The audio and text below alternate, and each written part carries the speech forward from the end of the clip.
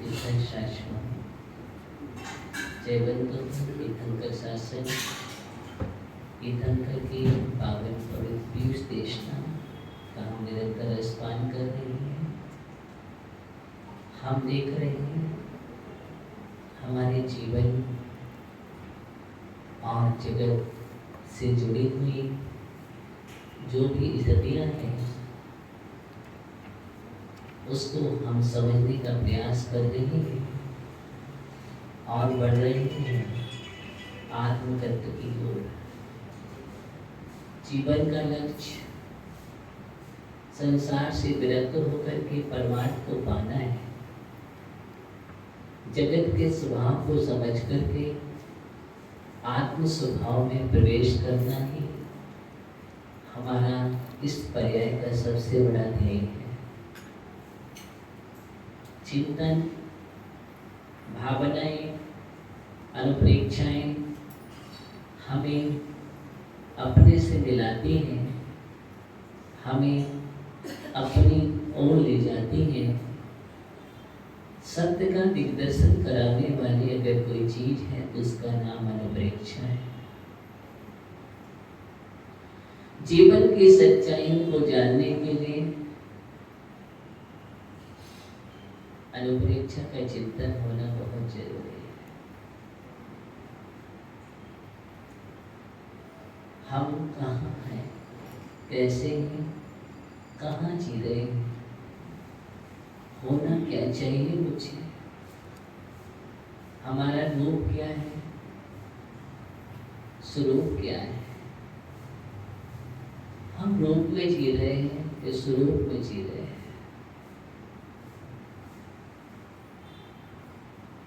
संसार के राग रंग में उलझे हुए हैं कि वीतरागता का दिग्दर्शन कर पा रहे हैं कि नहीं कर पा रहे हैं।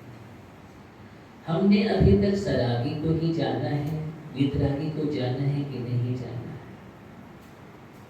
सरागी की दौड़ में हमने समय बिताया है, यहाँ तक कि हमने जिनकी आराधना की है पहचाना ही नहीं है कि आराध्य है कि नहीं है। और सच्ची आराध्य है तो उनकी ओर हमने जाने का कोई प्रयास नहीं किया है या उनको समझने का प्रयास नहीं किया। अथवा हमने वितरागी की भी आराधना की है एक मन से, तो दूसरे मन से कहीं न कहीं सरागी की भी की है। एक मन हमारा इधर रहता है और एक मन उधर रहता है। कहीं न कहीं हमारे अंदर में भी बना रहता है कि भगवान वो भी है और ये भी है। कुछ लोग ये सोचते हैं कि हमारा काम तो सब जगह दोष देना है। कुछ लोग ये सोचते हैं कि हमसे तो बड़े ही हैं। कुछ लोग ये सोचते हैं इतने लोग करते हैं तो क्या वो अज्ञानी है, एक हम ही मात्र ज्ञानी है। यही प्रश्न हमारे जीवन में उलझे रहते हैं, लेकिन कोई समाधान नहीं कर पाते जीवन में, और हमारा जीवन, हमारी जिंदगी ऐसे ही चले जाती है। मकड़ जालों की तरह हम उलझे रहते हैं। जीवन में इतने सारे मकड़ जाल हैं, इतने मकड़ जाल हैं, लेकिन अभी तक जीवन में समाधान नहीं है। और जब तक ये सही समाधान हमारे जीवन में नहीं है, आस्था पूरित सम्यक को नहीं समझ पा रहे हैं, तब तक ये मिथ्यात्व का आश्रय तो निरंतर चलता रहेगा। और जहाँ मिथ्यात्व का आश्रय चल रहा है वहाँ पर कोई भी आश्रय रुकने वाला नहीं है।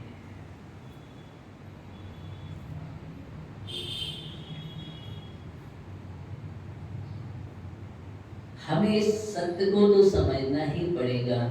हम कांच और कंचन को एक मान करके चलेंगे तो काम नहीं बनेगा। दिखता जरूर एक जैसा है, लेकिन उसमें अंतर होता है। उसी की तो हमें पहचान करने की आवश्यकता है।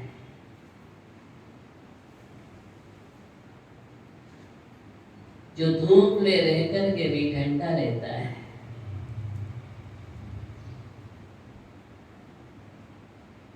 और जो धूप में गर्म हो जाता है, कौन है? छोटू है। जो धूप में रह कर के भी ठंडा और धूप में रह कर के गर्म हो जाए, बस किसी ने पहचान नहीं कर पाई।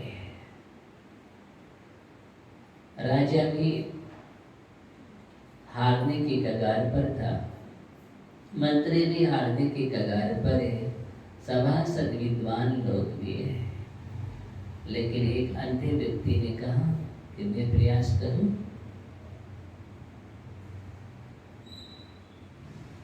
और उस अंधे व्यक्ति ने प्रयास किया। बोले तुम्हारे लिए तो दिखता भी नहीं है, तुम क्या पहचानोगे कि हीरा कौन है, कांच कौन है। जब बड़े बड़े विद्वान नहीं पहचान पाए, परीक्षण नहीं कर पाए, तो फिर आप कहां से पहचान लोगे। फिर भी उसने कहा, सम्राट अगर मुझे अवसर दे, मैं कोशिश कर। प्रकाशित जी कोशिश तो करो।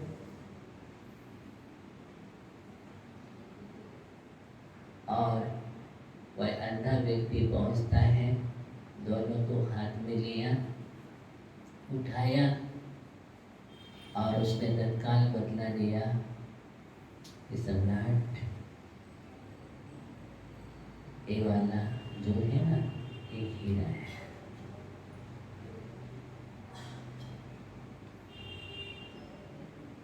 उसकी पहचान जो लेकर के आया था, उसने कहा सत्य है।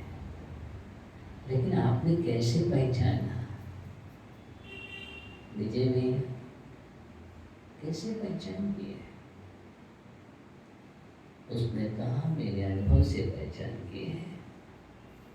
इतनी देर से धूप में पड़े हुए थे, जब मेरे हाथ में लिया, धूप में रहकर के भी ये शीतल है। धूप में रहकर के ये शीतल है और ये गर्म हो चुका है। जो धूप में रहकर के गर्म हो जाता है, प्रभावित हो जाता है तत्काल, वह कांच है। और धूप में रहकर के भी जो उससे अपनी शीतलता को नष्ट नहीं किया, अपने स्वभाव में, उसका नाम हीरा है। बस मुझे भी यही पहचान कर दे। कितने भी तुम धूप में रहो, कितने भी आपत्ति तुम्हारे जीवन में आ जाए, कितने भी संकट तुम्हारे जीवन में आ जाए, कितनी भी विपत्तियां तुम्हारे जीवन में आ जाए, लेकिन अपने आप से नहीं लेना, अपने घर से बाहर नहीं जाना, अपने बीतरागी दरबार को नहीं छोड़ना, चट्टान क्षणम भगवत जामी हमेशा रहना। कितना भी कोई कितना प्रलोभन देने लग जाए, कितना भी लोभ दे, लालच दे, भय दिखावे, उसके बावजूद भी अपने आप में मजबूत रहना, अकम्प रहना, इसका नाम पहला संबर है। क्या है? यहाँ से शंबर का जागरण होता है, यहाँ से शंबर का प्रारंभ होता है।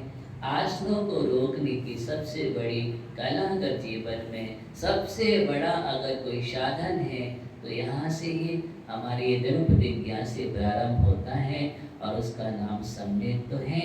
सम्यक रूपी दरवाजा हमारा मजबूत है, तो ऐसे कर्म प्रवेश नहीं कर सकते जो हमें संसार में डुबाए।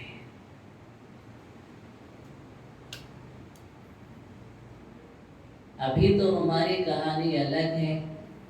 हम इधर भी माथा, उधर भी माथा, इधर भी जाता, उधर भी आता, पता नहीं कहीं क्या क्या करता और क्या क्या आता जाता खाता, पता नहीं है, कुछ भी नहीं है।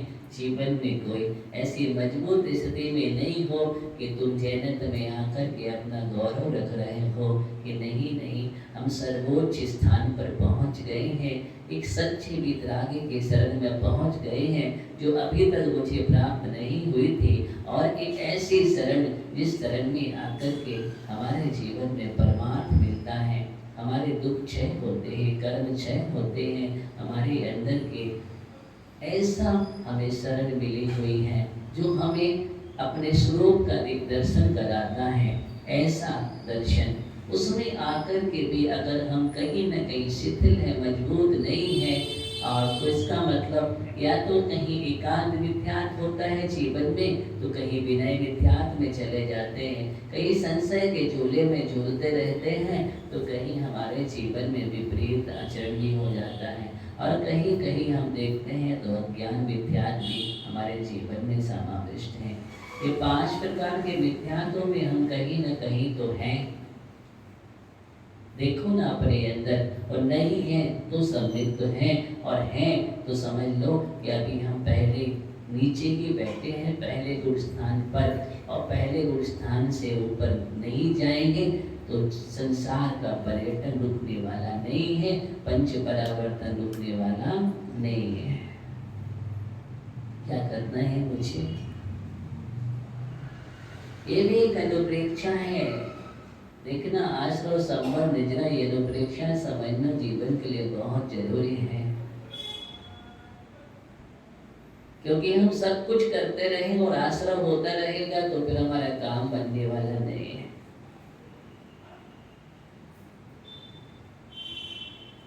कितना भी करो आप, फिर वही के वही।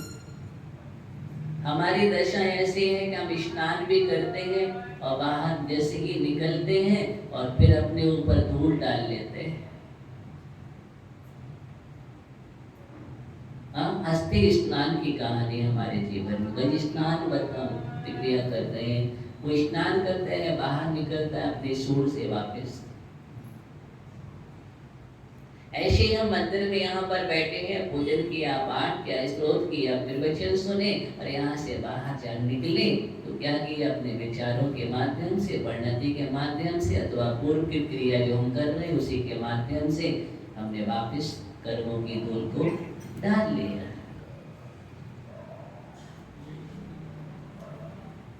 मुझे ऐसा स्नान नहीं करना है, इससे हमारा कोई लाभ होने वाला नहीं है।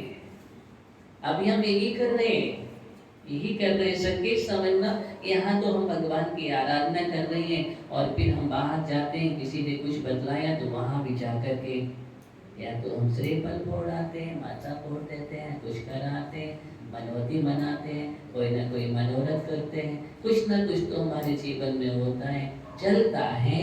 एक शब्द और सुन लो, हम लोग गृहस्थ हैं, जो उपदेश क्या मुनियों के लिए उपदेश है क्या? चौथा गुरुस्थान का मुनि का होता है क्या? बोलो। अब रस सम्यक दृष्टि का मतलब क्या? चौथा गुरुस्थान गृहस्थ का ही होता है, मुरदास का तो छठवां सातवां होता है। एक गृहस्थ के लिए कहा गया है, सद गृहस्थ का जीवन जियो, गृहस्थ जीवन नहीं जीना, सद गृहस्थ का जीवन। इस पर्याय में जैन कुल में आकर के भी हम सदग्रस्त नहीं बन पाए तो तुम संसार में त्रस्त ही रहोगे। सदग्रस्त ही परम स्थान में आता है, सप्त परम स्थान में सदग्रस्त है। इसलिए मुझे सदग्रस्त, अगर ग्रस्त हो तो सदग्रस्त, सद लगाया उसमें, सद माने संविक्त का प्रतीक है, सद संविक्त का प्रतीक, सदाचरण का प्रतीक है, संस्कारों का प्रतीक है। सद शब्द का प्रयोग किया गया है। जो गृहस्थ सम्यक्त से विभूषित है, नियम से विभूषित है, सम्यक्त के साथ व्रत नियम संयम से विभूषित होता है, उस गृहस्थ को कहते हैं सदगृहस्थ। उसी को कहते हैं श्रावक। अगर हम श्रावक भी नहीं बन पा रहे हैं और मुनि बन नहीं रहे, बोलो तो फिर हम क्या बने? और तीर्थंकर की देशना में दो ही धर्म घिरे हैं, एक श्रावक धर्म, एक मुनि धर्म, तीसरा कोई धर्म का उल्लेख नहीं है।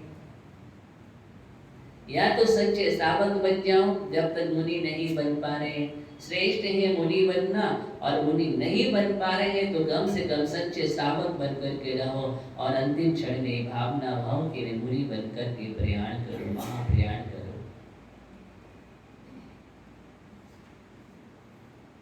ये जीवन है, ऐसा ही मुझे जीवन जीना है। वो जीवन किस काम का कि हम जहां पैदा हुए वही मर गए,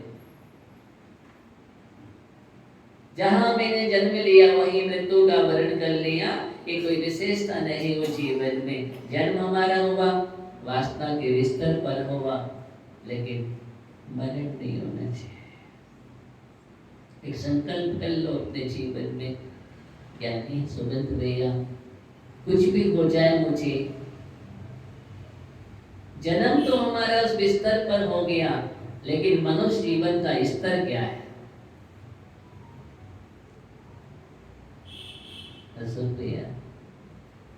ये मनुष्य पर्याय का अगर स्तर है तो आचार्य कह रहे हैं वो समाधि का संस्तर है।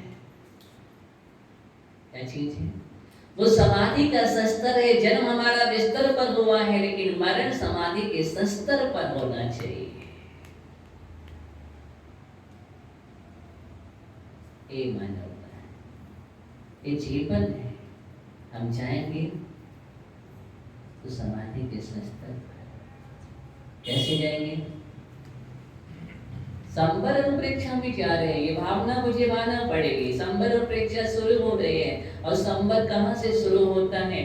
तो अगर उमा स्वामी महाराज से हम मिलेंगे 9वें अध्याय में तत्काल सूत्र के, तो वहां पर कहते हैं संबर शुरुआत होता है तो शाकुंतल समिति धर्मानुप्रेक्षा परिसर चारित्र। क्या लिखा हुआ है? शाकुंतल समिति धर्मानुप्रेक्षा परिसर चारित्र। ये अनुप्रेक्षा भी संपर्क का कारण है।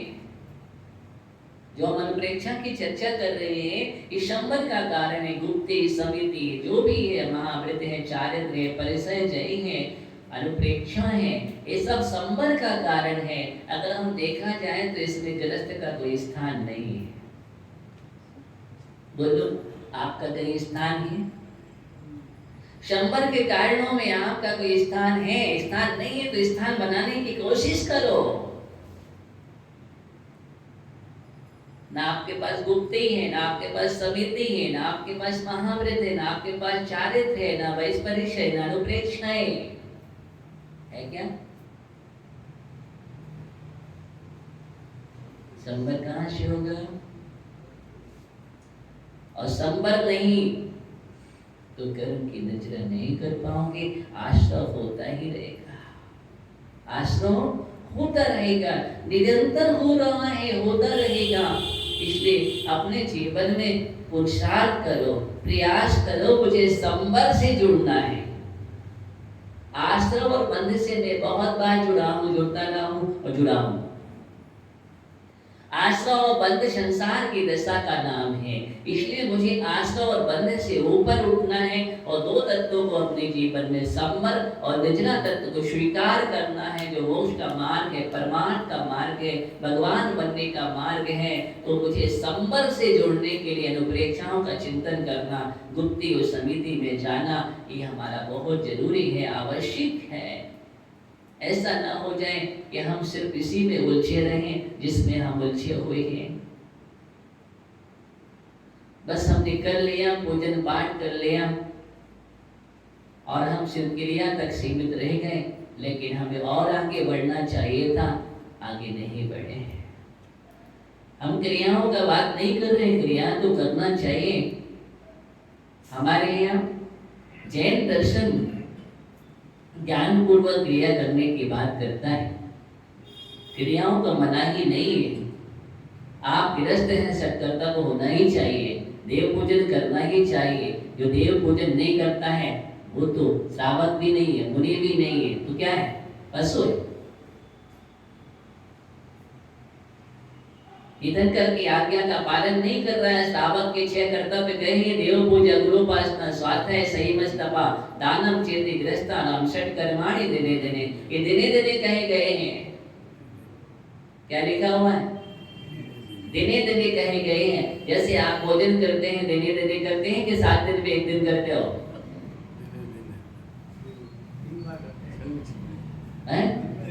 दिन में 3 बार भोजन करते हैं। जैसे दिन के 3 बार पूजन, ऐसे आगम में लिखा है 3 बार भोजन करते हैं, 3 प्रकार 3 बार पूजन भी करना चाहिए। हाँ लिखा है 3 त्रिकाल पूजन, उल्लेख है त्रिकाल पूजन का। हम त्रिकाल की बात करते हैं, एक काल भी नहीं कर पा रहे हैं। ध्यान दो ज्ञानियों, ज्ञानी उसको कहते हैं जो आगम की आज्ञा का पालन करते हुए देव पूजन कर रहा है, भक्ति कर रहा है, स्वाध्याय कर रहा है, गुरुपासना कर रहा है, उसके बाद भी तत्व की गहराई में डूब रहा है।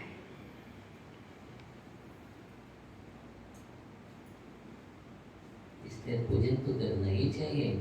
पूजन करना भी अशुभ का संवर करेगा। क्या करेगा? अगर हमें पाप से, आचार्य कुंद स्वामी ने भाषण उपेक्षा में लिखा हुआ है, मन, प्रशस्त मन की बात कही गई है। और प्रशस्त मन, प्रशस्त वचन, प्रशस्त काया क्या है? प्रशस्त मन है जो वितरागी भगवान के गुणों का चिंतन करता है, वो प्रशस्त मन है। जो वचनों से गुणगान कर रहा है, प्रभु की स्तुति कर रहा है, और काय में क्रिया कर रहा है सम्यक। काय में क्रिया कर रहा है सम्यक। ये जैन दर्शन है। ऐसा नहीं है कि हम सिर्फ एक शब्द बोल दें कि क्रिया कांडी, नहीं, ज्ञान कांडी, क्रिया कांडी, ज्ञान और क्रिया। सिर्फ ज्ञान कांडी नहीं है, सिर्फ क्रिया कांडी नहीं है। ज्ञान और क्रिया दोनों का भी। क्रिया करो तो ज्ञान पूर्वक करो। कैसे करो? ज्ञान पूर्वक क्रिया करना ये हमारे जीवन के लिए बहुत जरूरी है। विवेक पूर्वक क्रिया हमारे लिए, क्रिया को लोप नहीं करना है।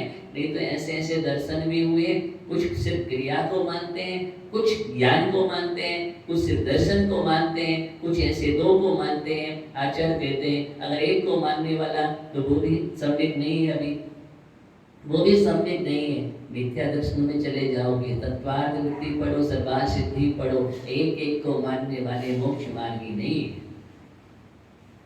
एक एक को मानने वाले मोक्ष मार्गी नहीं है। जिसकी सम्यक श्रद्धा भी है, समीचीन ज्ञान भी है और समीचीन चारत है, तीनों का समुदाय है। समुद्र का नाम, एकता का नाम मोक्ष मार्ग है। इसका नाम है एकता का नाम मोक्ष मार्ग है। अंतर कहेंगे कि सिर्फ ज्ञान से काम चल जाए तो आचरण करे वो भी मिथ्यात्व में चला गया, लिखा हुआ प्रमाण है। एक कह रहा क्रिया में चले गए, मुझे कुछ नहीं करना है, ज्ञान से क्या लेना देना है, हम तो क्रिया कर लेते हैं, तो फिर तुम क्रियाकांडी कहलाओगे। क्या कहलाओगे? तुम क्रियाकांडी कहलाओगे। और सिर्फ क्रियाकांडी का भी कोई स्थान नहीं है, तुम भी मिथ्या मार्गी कहलाओगे।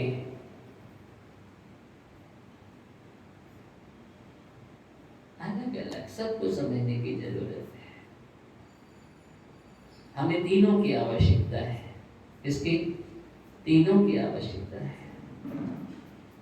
सम्यक सिद्धांत भी चाहिए, सम्यक ज्ञान भी चाहिए और समीचीन आचरण भी चाहिए। तीनों की एकता, इसकी तीनों की एकता होनी चाहिए।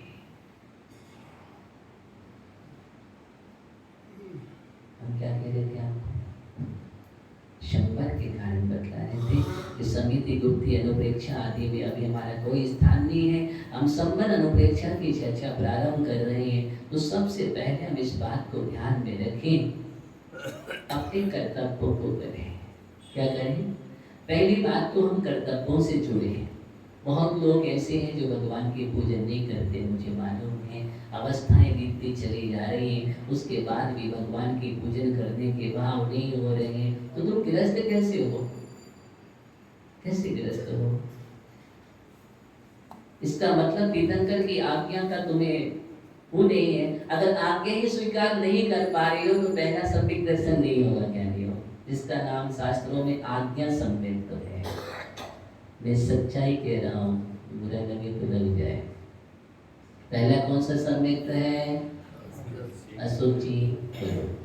पहला सम्यक आज्ञा सम्यक। तीर्थंकर की आज्ञा क्या है?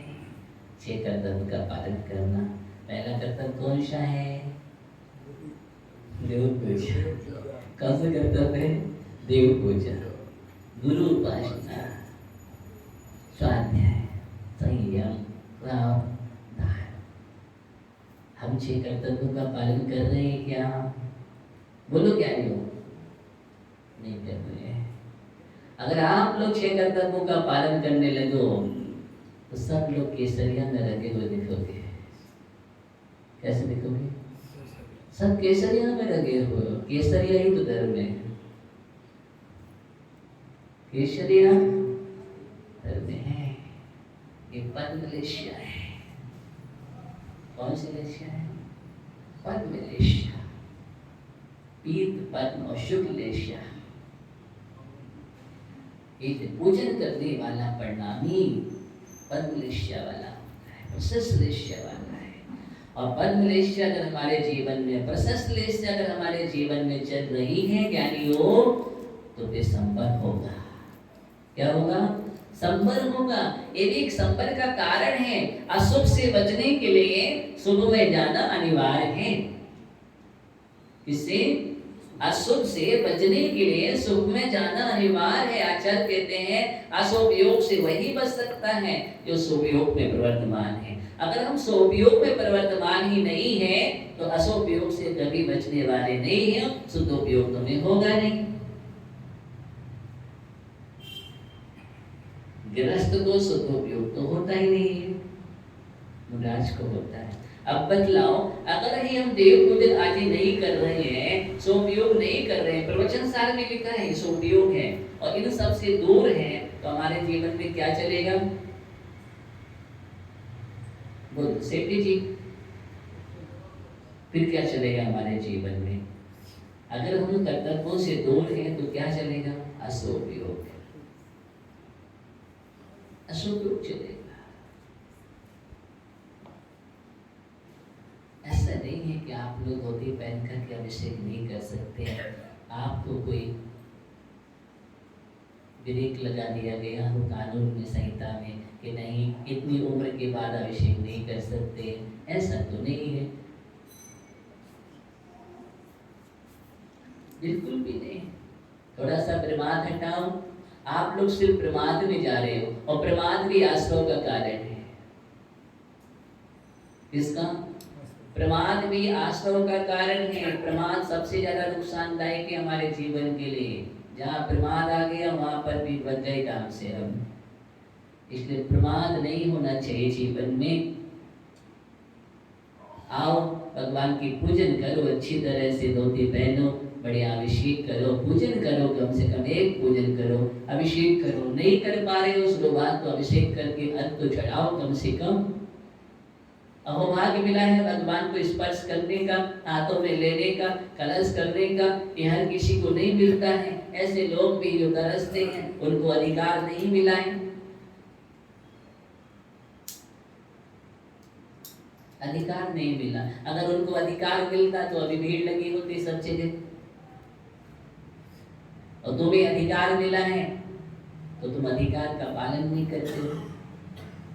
कुछ लोग कहते मैं देख लेता हूँ, कुछ लोग कहते थे कार्य कर लेता हूँ, कुछ लोग कहते अनुमोदना कर लेता हूँ। तो भोजन की भी तुम अनुमोदना किया करो। क्या करो? भोजन की प्यास लगे तो अनुमोदना कर लिया करो। देखो फिर अगर देखने से तुम्हारी प्यास बुझ जाए, देखने से तुम्हारा पेट भर जाए, एक कृत कार्य अनुमोदना की जो बात कही गई है, जो करने के योग्य सक्षम नहीं है उसके लिए कार्य कहा गया है। वो भी कार्य के योग्य नहीं है, उसको अनुमोदना की बात कही गई है। तिरंचों के लिए, इसके लिए तिरंचों के लिए, क्योंकि तिरंच आहार दे नहीं सकते थे। त्रियंश कोई आहार नहीं दे सकता है, तो वो हाथ जोड़ करके जंगल में बज जन और श्रीमती अजीब जब आहार दे रहे थे मुनराज के लिए, तो वो 4 त्रियंश जो बंदर थे, नेवला आदि थे, ये सब हाथ जोड़ करके देख रहे थे, अनुमोदना कर रहे थे, क्योंकि उन्हें देने का अधिकार नहीं था। और वो तरस रहे थे अपनी पर्याय के लिए, सोच रहे थे मुझे मनुष्य पर्याय मिल जाए, अच्छा कुल मिल जाए, ताकि मैं अपने हाथों से मुनराज की अंजलि में विरास रख सकूं, अहोभाग्य मान सकूं और अच्छे परिणामों से दिया गया। एक गिलास आहार भी तुम्हारे जीवन में मोक्ष का कारण बनता है, इसका मोक्ष का कारण बनता है, अनेक आपको भरपूर करने का साधन बनता है, अनेक कष्टों का निवारण करता है। ऐसा रैयण साहब कुंद स्वामी देखो क्या क्या लिख रहे हैं। कुंद स्वामी जैसे आध्यात्मिक आचार्य की बात कर रहा हूं मैं, रैयण साहब को पढ़ो।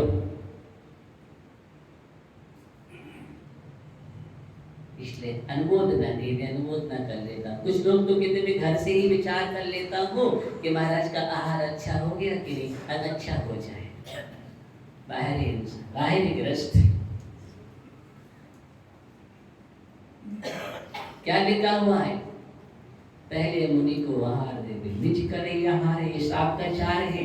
पहले आहार देकर के बाद में भोजन करना है, ये सांप का चार है। हम अपनी संहिता को बोलते चले जा रहे हैं, कहाँ आज्ञा सम्मिलित होगा तुम्हारे जीवन में, कहाँ आज्ञा स्वीकार है हमारे जीवन में। बड़ा आश्चर्य होता है जब आपको कहा जाता है कि नहीं नहीं तो यह आहारचर्या में आना चाहिए, फिर आहारचर्या वाले विभाग को फोन किया जाएगा और फिर कहा जाएगा 4 लोग भेज दीजिए, 2 लोग आएंगे। बड़ा आश्चर्य शर्म वाली बात हो जाती है। अगर ये व्यवस्था हमें, ये संस्कृति, बोलिए आप, ये समाज, ये घर, ये कोई क्षेत्र पर जंगल में नहीं है, यहाँ तो लाइन लग जाना चाहिए, हर जगह नमोस्तु नमोस्तु बोलना चाहिए, नमोस्तु नमोस्तु। ये हमारी संस्कृति है। घर घर में चौक बोलना चाहिए, घर घर बाहर खड़े होकर बड़गाहन होना चाहिए। ये तुम्हारा श्रावकाचार है, यही संहिता है। द्वारापेक्षण लिखा है शास्त्रों में, और जो द्वारापेक्षण नहीं करता है वो गृहस्थ श्रावक कहलाने के अधिकारी ही नहीं है, बिल्कुल भी नहीं है। सत्य कह रहा हूं, आगे वचन कह रहा हूं। कहां तुम जा रहे हो, इसके लिए तुमसे कोई निवेदन करे, सद्गति चाहिए।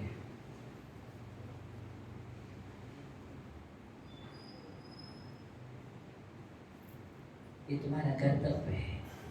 पूजन करने के लिए तुम निवेदन करे, वेदियों में भरा पड़ा रहना चाहिए, ऐसी जगह नहीं मिलना चाहिए पूजन करने वालों की, आहार देने वालों की। ये तुम्हारा कर्तव्य है। क्या है? ये कर्तव्य है। लोग तरसते हैं जहां पर साधु नहीं है, निर्गंध मुनराज नहीं मिलते हैं, वो तरसते हैं, और तुम्हारे यहाँ अगर संग है, ओहो, फिर भी तुम घर में बैठे रहो और मुनराज को आहार ना दो, तो समझ लेना तुम्हारे जीवन को धिक। आगे समझ लो।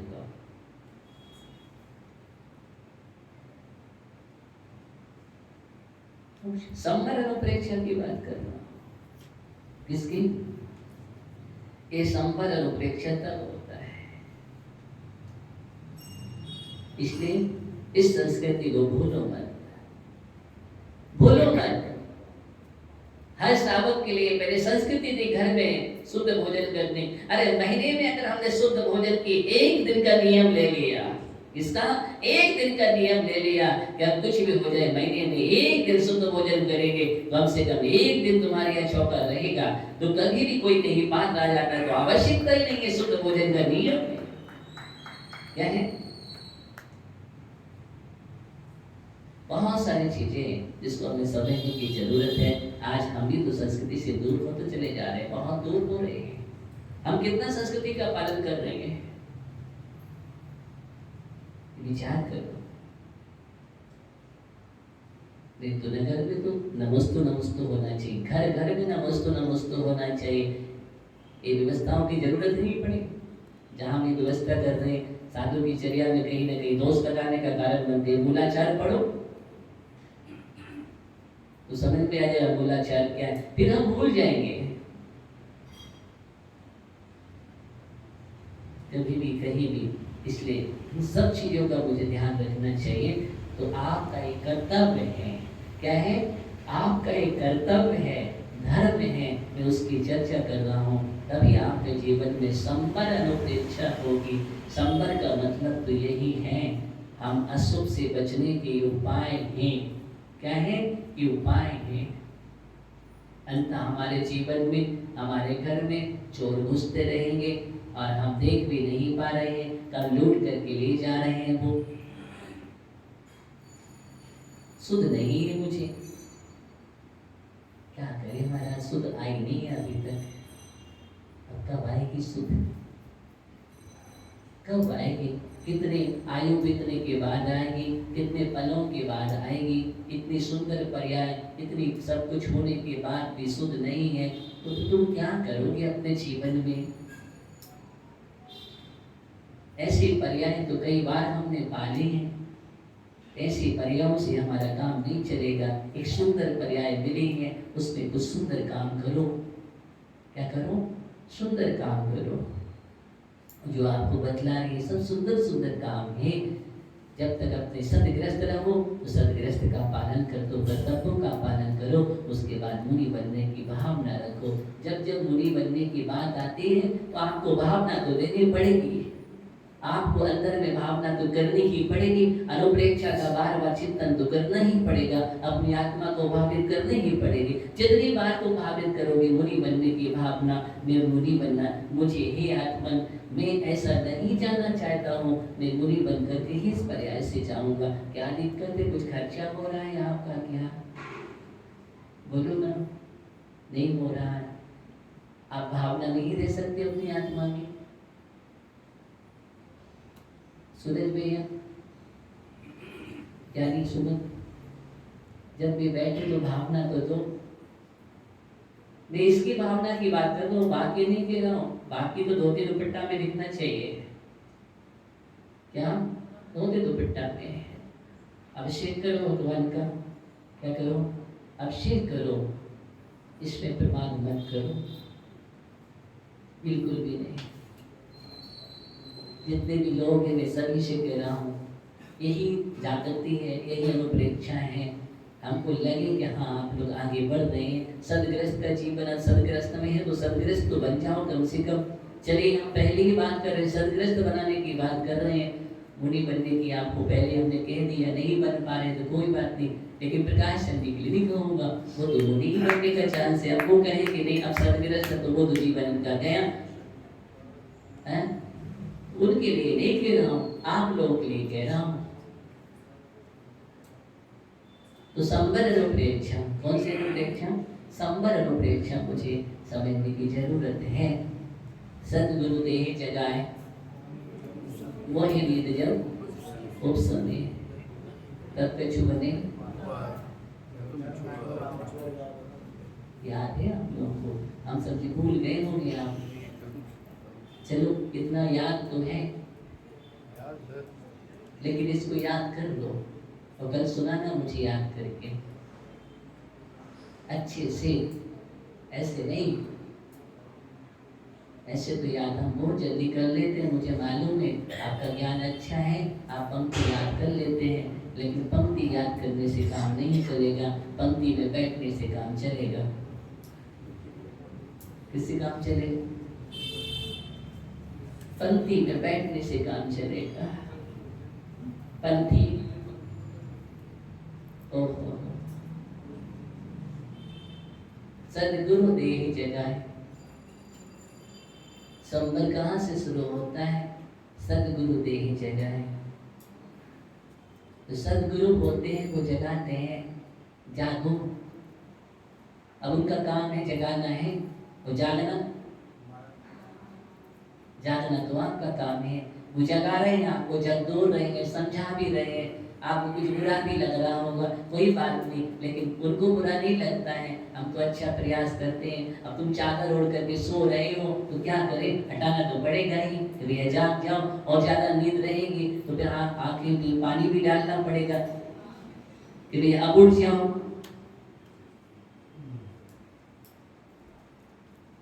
अब हम तो ऐसे होते चले जा रहे हैं कि अलार्म लगा के सो जाते हैं और बज रहा है तो उठ के हम बंद भी कर देते हैं और फिर सो जाते हैं। ऐसा ही तो हो रहा है। उसको भी कहते डिस्टर्ब कर रहा है, चलो बंद करो, मुझे ऐसा लग रहा है कल नहीं तो हमारा बंद करो, डिस्टर्ब हो रहा है। नहीं, अलार्म को बंद नहीं करना, जगाने के लिए होता है, जागने के लिए हम सुनते हैं, सोने के लिए नहीं सुना जाता है। किसके लिए? सोने के लिए नहीं सुना जाता है, जागने के लिए सदगुरु ने जगा है। तो सदगुरु होते हैं, उनका काम जगाना ही है। जागे या ना जागे वो करता रहे, उसका आपका पर्ची आवाज लगाते जाइए। हाँ, आवाज लगाना तो कार्य है, तो आवाज लगाएंगे हम, तो अपना कर्तव्य करेंगे। बाकी आपको अपने कर्तव्य को समझना है, इस बात का हम ध्यान रखें। मोह नींद जब उपसमे, क्या लिखा हुआ है? मोह नींद जब उपसमे, मोह रूपी निद्रा जब उपसम हो जाती है, तब कछु बने उपाय है, तब उपाय बनेगा। और जब तक मोह की नींद है तब तक कोई उपाय नहीं सोचता मुझे, तब तो मुझे सोना ही अच्छा लगता है। तुम डिस्टर्ब मत करो, सोने दो, चाहे सूर्योदय भी हो जाए, नींद आ रही मुझे। बहुत लोग हैं सूर्योदय देखते हैं, ऐसे भी लोग मिलेंगे जो सूर्योदय ही नहीं देखते हैं। अब जिनके जीवन में सूर्योदय नहीं हुआ तो सूर्योदय जीवन में भी नहीं हो पाता है। कम से कम जीवन इतना तो बना लो कि सूर्योदय के पहले बढ़िया उठ करके स्नान आदि करके सबसे निद्रा की भगवान का स्मरण करो, आकर के भगवान का अभिषेक करो। इतना जीवन तो बना लो।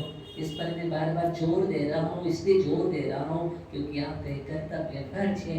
आज्ञा यहाँ से स्वीकार करोगे तब आप आज्ञा सम्मित की ओर बढ़ोगे, और जब सम्मित की ओर बढ़ोगे तब जाकर के आश्रय बंद होगा, तभी संबर होगा। संबर का मतलब है एक नहीं, जैसे 57 प्रकार से आश्रय हो रहा था, वो 57 प्रकार के आश्रय को रोकने के लिए 57 प्रकार का संबर भी करना है। कितने दरवाजे लगाना है? 57 दरवाजे लगाना है, एक दरवाजा नहीं। मैं तो अभी एक दरवाजे की बात कर रहा हूँ, दरवाजे की भूमिका बना रहा हूँ। इतने का पहाड़ बंद करोगे तब हम पूर्ण आश्रय से रुक पाएंगे, निराश्रमी हो पाएंगे। और जैसे निराश्रमी तुम होगे मोक्ष हो जाएगा, समय नहीं लगेगा, ये गारंटी है। आश्रय जब पूरा रुक जाता है तो क्या होता है? मोक्ष हो जाता है। मृत्यु निशेष आश्रय जीवो। 14वें गुरु स्थान में पूरा आश्रय बंद होता है तो मोक्ष कितने समय में हो जाता है? आपकी 5 अक्षर हिरस अक्षर का प्रमाण जो होता है ना, उतना। ये तो बहुत बड़ा हो गया है, इतनी जल्दी मोक्ष हो जाता है। कहने का मतलब हम सबसे पहले मिथ्या के आश्रय को रोकें, संयम का कपट लगाएं। उसके बाद असंयम के द्वारा आश्रय हो रहा है उसको हम संयम से रोक दें। प्रमाद हो रहा है तो प्रमाद को हम अप्रमादी बन करके क्रिया करें, उसको रोक दें। कसाय से हो रहा है तो हम निष्कसाई बने, अपने जीवन में विशुद्धि लाएं, तब वो आश्रय रुकेगा। और जो मन वचन काय की चंचलता हमारे जीवन में हो रही है, मन वचन काय की चंचलता को रोक करके हम स्थिरता जीवन में लाएं। क्या लाएं? स्थिरता जीवन में लाएं। मन हमारा चंचली हो रहा है तो स्थिरता तो लाओ, कम से कम इतना तो संकल्प कर दिया। जब मंदिर आते हैं तो इतना तो त्याग कर दो कि हम अपने मन को मंदिर में ही रखेंगे। कहाँ रखेंगे संजय भैया? मन को मंदिर में रखेंगे, इतना तो नियम ले सकते हो ना। मन को मंदिर में रखेंगे, देखो तुम्हारा मन मंदिर बन जाएगा पक्का। जिस दिन तुम मन को मंदिर में रखने लग जाओगे उस दिन मन मंदिर बन जाएगा। और जिस दिन तुम्हारा मन मंदिर बन गया, तुम्हारा देवता प्रतिष्ठित होकर के तुम्हारा भगवान उस मंदिर में विराजमान हो जाएगा। सानिध्य हमारा ले लेना प्रतिष्ठा में, कोई दिक्कत नहीं, चलेगा। मन मंदिर में अपना भगवान विराजमान करना है मुझे, इसलिए इतना संकल्प लो, मन को स्थिर करो, वचनों को स्थिर करो। कम से कम जब इस समय स्तुति कर रहे हैं, भगवान की स्तोत्र कर रहे हैं, तो उस समय दूसरी बात तो मत करो। कम से कम एक लाइन स्तोत्र की पढ़ रही है, दूसरी लाइन हम बात कर रहे हैं, तीसरी लाइन में फिर मोबाइल आ जाता है तो हम मोबाइल उठा लेते हैं, फिर चौथी लाइन उसके बाद पढ़ते हैं, फिर हमने थोड़ा सा पढ़ा, फिर हमने रख दिया। अंतराय हम स्वयं ही कारण बनते हैं अपने जीवन में। ज्ञान में विघ्न कौन डालता है? हम ही विघ्न डाल रहे हैं, अपनी क्रियाओं में हम ही विघ्न डाल रहे हैं। अब बदला उस समय कौन से कर्म का आश्रय होगा? ज्ञानावर्णी कर्म का आश्रय होगा कि नहीं? और फिर कहूँ हमारी बुद्धि कमजोर हो रही है, बुद्धि हमें आ नहीं रही, ज्ञान नहीं आ रहा। पहले ज्ञान अच्छा था, अब ज्ञान कमजोर हो रहा है। किसके कारण से? हम उसमें स्वयं ही कारण है, कोई दूसरा कारण नहीं। जिस समय तुम आराधना करो, सामायिक करो तो सामायिक करो, प्रतिक्रम करो तो प्रतिक्रम करो, अच्छी तरह से श्लोक पढ़ो, क्लास पढ़ो तो अच्छी तरह से पढ़ो। सबके लिए कह रहा हूं मैं। पूजन करो तो अच्छी तरह से करो, क्या करो? जाप करो तो अच्छी तरह से करो। बिल्कुल, अगर जिस समय हम जाप करें उस समय बिल्कुल विराम कर दो। जैसे हम सामस्त को समस्त सावधि प्रदोष की बोलते हैं ना, ऐसे निश्चय ही बोल करके हमें क्रिया करना चाहिए। कैसे करना चाहिए? निश्चय ही बोल करके क्रिया करो। देखो आपके जीवन में कितनी विशुद्धि बढ़ेगी, कितना ज्ञान बढ़ेगा, सब कुछ बढ़ेगा, संवर होगा। मैं संवर की बात कर रहा हूँ, समय आपका हो गया है।